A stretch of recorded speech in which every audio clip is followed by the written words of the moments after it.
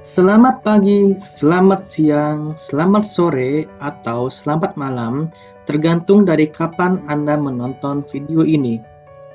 Dalam video ini, kita akan mengenal mengenai keragaman sosial dan budaya di Indonesia. Video ini merupakan bahan ajar bagi siswa kelas 4 sekolah dasar. Mari kita lanjut ke videonya. Nah, yang pertama kali kita akan membahas tentang keberagaman sosial.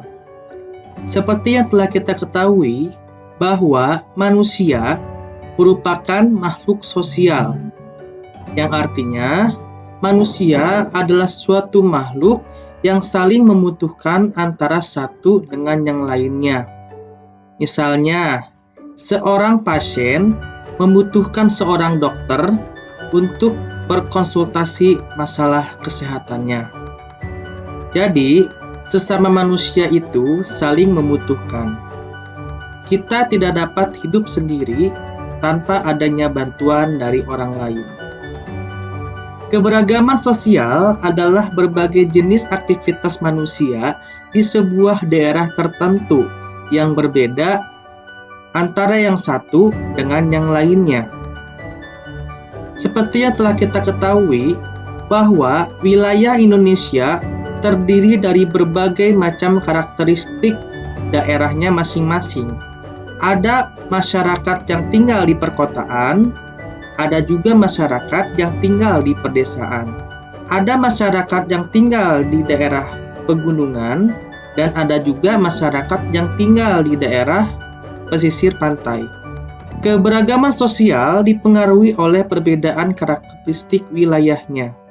Jadi, masing-masing wilayah-wilayah yang telah disebutkan tadi, karakteristik kegiatan manusianya sangatlah berbeda antara satu dengan yang lainnya.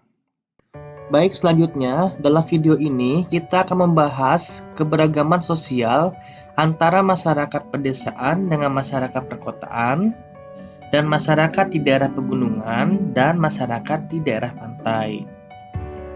Yang pertama kita akan membahas mengenai keberagaman masyarakat di pedesaan dan perkotaan. Yang pertama kita akan membahas masyarakat yang ada di pedesaan. Yang pertama, lingkungan pedesaan identik dengan tanah yang subur, asri, bersih, dengan pemandangan alam yang indah. Yang kedua, mayoritas masyarakat yang bekerja di pedesaan sebagai seorang petani dan berkebun. Yang ketiga, ada pekerjaan lain yang dilakukan oleh masyarakat di pedesaan seperti pedagang, pengrajin, kuli bangunan, dan lain-lain. Yang keempat, fasilitas masyarakat yang ada di pedesaan terbilang kurang atau belum lengkap dapat memenuhi kebutuhan masyarakat.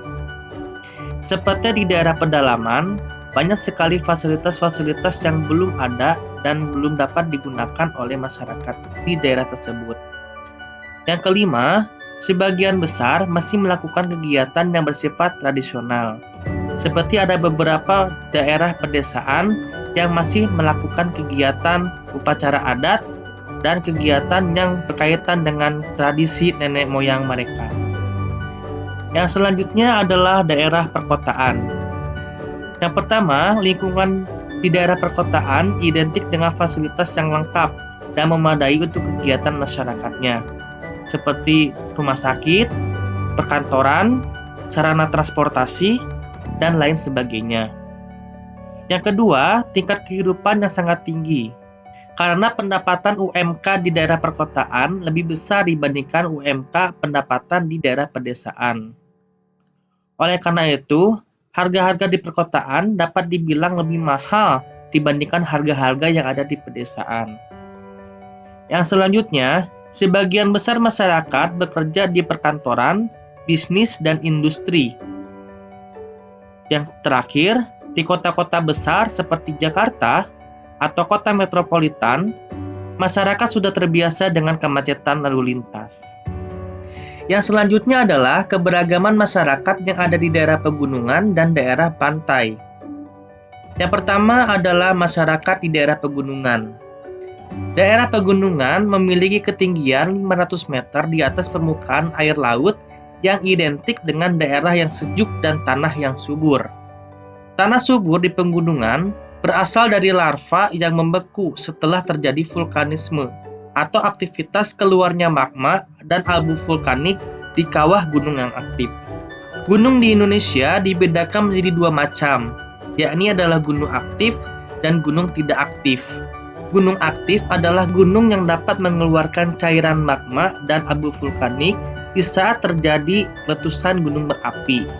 Sedangkan gunung tidak aktif adalah gunung yang tidak mengalami erupsi atau tidak dapat mengeluarkan cairan magma dan abu vulkanik. Selanjutnya, masyarakat di daerah pegunungan sebagian besar bekerja di perkebunan, seperti perkebunan teh, stroberi, apel, kentang, kubis, dan lain-lain. Tanaman yang ada di daerah pegunungan adalah tanaman yang dapat bertahan hidup di udara yang sejuk. Selanjutnya adalah keberagaman masyarakat di daerah pantai. Pantai merupakan daerah pertemuan antara daratan dengan lautan.